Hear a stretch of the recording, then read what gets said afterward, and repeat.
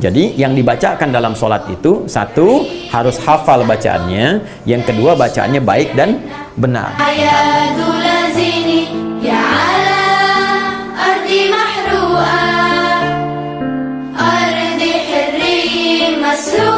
Ustaz, misalkan saya baru menghafal satu halaman dalam Al-Quran, alhamdulillah, ketika masuk waktu sholat, saya langsung membawa ayat yang saya hafalkan tadi dalam sholat saya, dibacakan maksudnya, padahal ayat tersebut belum terlalu lancar saya hafalkan.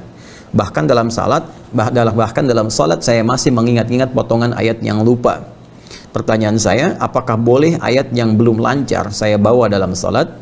Kemudian yang kedua, apakah sholat saya sah? Ya, jazakumullah khair Ustaz. Ya Allah yazikir khair. Waalaikumsalam warahmatullahi wabarakatuh. Baik, teman-teman sekalian, ini penting sekali. Kaidah sederhana yang disampaikan dalam Al-Quran, jelas sekali di Quran surah ke-73. Ya, surah ke-73 Al-Muzammil, ya, di ayat yang ke-20. Allah jelas menyampaikan faqra'u ma tayassara minal Quran. Dua kali ditegaskan di sini, faqra'u ma tayassara minal Quran. Bacakan oleh Anda apa yang paling ringan, paling mudah, ya, yang telah Anda kuasai bacaannya, yang telah Anda hafalkan, yang paling mudah yang kita hafal. Jadi standar dalam sholat yang dibacakan tuh bahasa Al-Qur'annya tayassar. Nah, sekarang perhatikan baik-baik teman-teman sekalian dalam memahami, memaknai bahasa Al-Qur'an. Bismillah. Jadi kalau kita lihat bahasa Al-Qur'annya faqra'u, bismillah, ya. Ini nah ini tayassara minal Quran, seperti ini ya. Ini saya garis bawah yang ini, faqra'u ma tayassara minal Quran. Jelas ini ayat diturunkan dalam konteks bacaan dalam salat, ya, surat apa yang dipilih oleh kita untuk dibacakan. Ya, walaupun konteks ayatnya terkait dengan dalam kondisi Nabi menunaikan salat tahajud yang beliau kerjakan dalam masa hidupnya sallallahu alaihi wasallam, namun demikian ini menjadi standar dalam bacaan-bacaan salat kita. Perhatikan baik-baik, jika kita menunaikan salat, kata Allah, maka yang dibacakan dalam salat itu perintah Qur'annya ma tayassara, apa saja yang sekiranya mudah, ya, untuk kita bacakan dari surah-surah Al-Quran atau dari ayat-ayat Al-Quran. Boleh jadi misalnya dari satu Al-Baqarah yang kita bacakan beberapa ayatnya, gitu kan, maka kita katakan dari ayat-ayat Al-Quran, atau bahkan kita pilih surah-surah tertentu dari Al-Quran. Di juz amma kan biasanya kita tampilkan seluruh ayatnya dalam satu surah jika surah itu dipandang pendek atau menengah. Nah, hanya kalimat tayassar ini, nanti ada ma, ada tayassar. Tayassar ini teman-teman sekalian, korelasinya itu ada dua hal. Satu, yang telah dihafal, ya kan? Karena saat kita menghafal Al-Quran, itu redaksi menghafal, kemudahan menghafalnya, itu menggunakan akar kata yang sama, serupa hibridanya dengan tayassar. Kalau ini dari kata tayassar, ya tayassaru, ya, kemudian dari dasarnya ketika menghafal menggunakan kata yassara, yuyassiru, ya, yassara, seperti ini. Yassara. Nah, sifatnya disebut dengan taisir namanya, ya, yassara. Ini disebutkan 4 kali di Quran surah ke-54. Ayat 17, ayat 22, di ayat 32, di ayat ke-40, ya, seperti ini. Ayat 17, 22, 32, 40. Walaqad yassarnal Qur'ana lidzikri fahal mim muddakir. Dan sungguh jangan pernah ragukan, kami telah mudahkan Al-Quran untuk diingat, dihafalkan. Jadi ketika Allah menyebut kemudahan menghafal, itu menggunakan kata yassara. Jika yang dihafal itu telah mudah kita hafalkan, artinya telah hafal, maka berubah kalimatnya menjadi tayassar, seperti ini. Jadi ketika Allah sampaikan, kami telah mudahkan, Allah memudahkan, yassara itu memudahkan, yassarnal Quran, kami mudahkan. Jadi Allah memudahkan kepada kita untuk menghafalkannya. Begitu kita hafalkan dan menjadi mudah hafalan itu, maka berubah kalimatnya menjadi tayassar.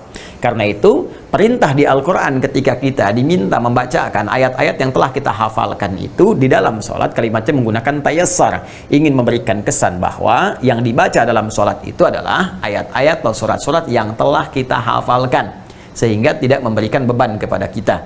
Nah, jadi dari sini jelas ketika kita akan menghafal itu kan kaidahnya dibuka dengan bacaan, ya? Baca dengan baik dan benar. Karena itu Nabi Sebelum ada perintah untuk kemudian menghafalkannya dan diberikan kemudahan dalam menghafal dengan ditanamkan dalam jiwa beliau, seperti disebut dalam Quran surah ke-75 Al-Qiyamah ayat 16 sampai dengan 18, la tuharrik bihi lisanaka lita'jala bih inna 'alaina jam'ahu wa qur'ana fa idza qara'nahu fattabi' qur'ana. Sebelum sampai ke sini, bukankah perintah pembukanya dulu turun pertama wahyu di Quran surah 96 kan?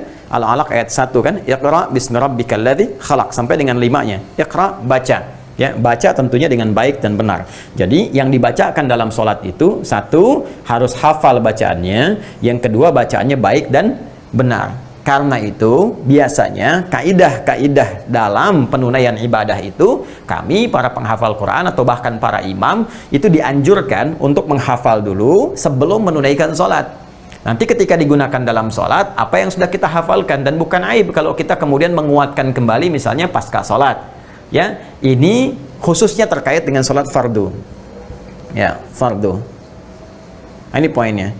Bagaimana dengan sholat sunnah? Ada yang memberikan keringanan sepanjang sunnah itu dikerjakan sendirian, bukan dalam berjamaah. Kalau berjamaah tidak, seperti sholat tarawih misalnya, sholat idul fitri, sholat idul adha, itu sunnah tapi berjamaah. Ketika menjadi imam, tetap dia harus menghafalkan dan membacakan yang hafal dan mudah untuknya. Tapi ketika dia sholat sendirian, misalnya tahajud sendirian, kan? Bukan dalam konteks ini ya, perintah kepada Nabi untuk kita misalnya menghafal. Kalau sekiranya memang hanya itu yang kita hafalkan, atau dalam konteks kita ingin menguatkan hafalan, maka boleh kita kemudian bacakan dengan catatan setidaknya ada 75% lah, di atas 75% yang telah kita hafalkan, sehingga yang kita baca itu adalah sesuai dengan standar kebolehan membaca. Ukurannya surah apa? Al-Kautsar. Inna a'tainakal kautsar fashalli lirabbika wanhar inna syani'aka huwal abtar. Anda ingin bacakan misalnya Al-Baqarah ayat 257 sampai 259. Sampai 257 Anda lancar, 258 nggak lancar. Nah, ini nggak apa-apa.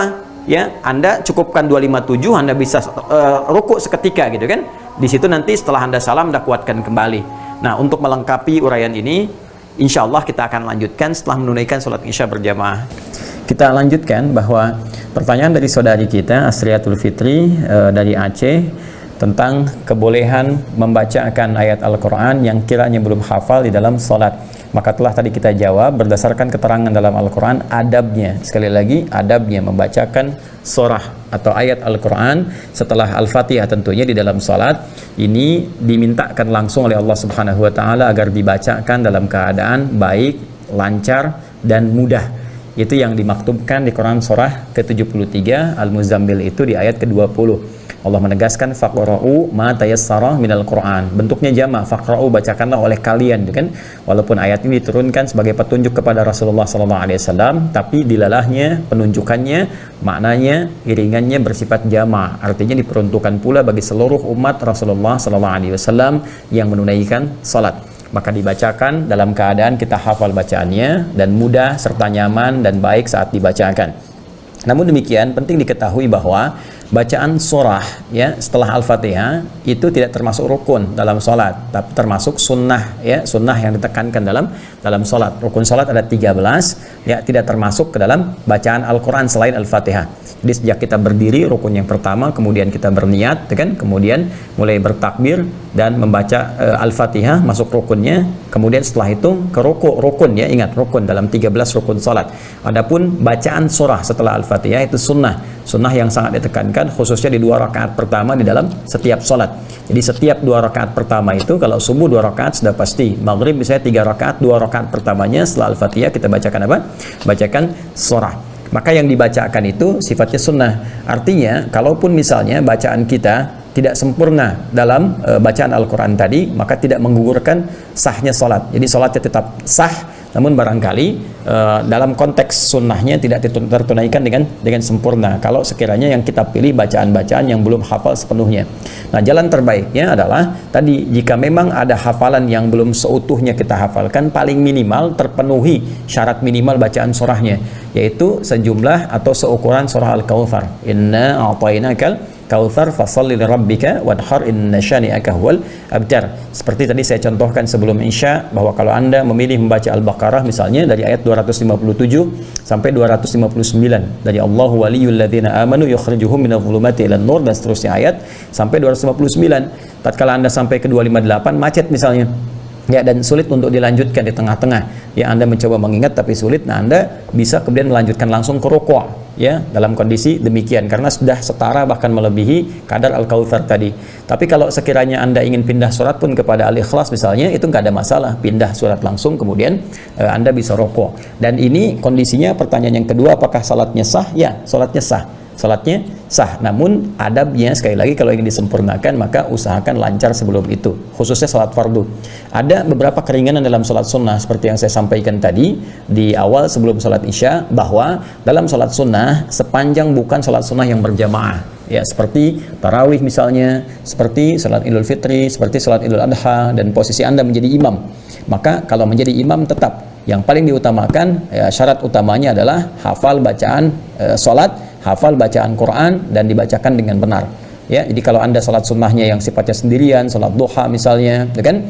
Atau misalnya salat tahajud atau qiyamul lail di malam hari dalam konteks sendirian, dan Anda ingin mempraktekkan hafalan Al-Quran, maka boleh dengan sifat seperti ini. Sepanjang tadi setidaknya Anda ada bacaan yang diutamakan dulu, dari 257 sampai 259, setidaknya 257-nya hafal dulu gitu kan. Baru yang lainnya kemudian Anda coba semaksimal mungkin sebelum sholat, Anda praktekkan dalam sholat, itu sah-sah saja dilakukan dan tidak membatalkan sholat. Sekali lagi, tidak membatalkan sholat karena itu bukan termasuk dari rukun sholat.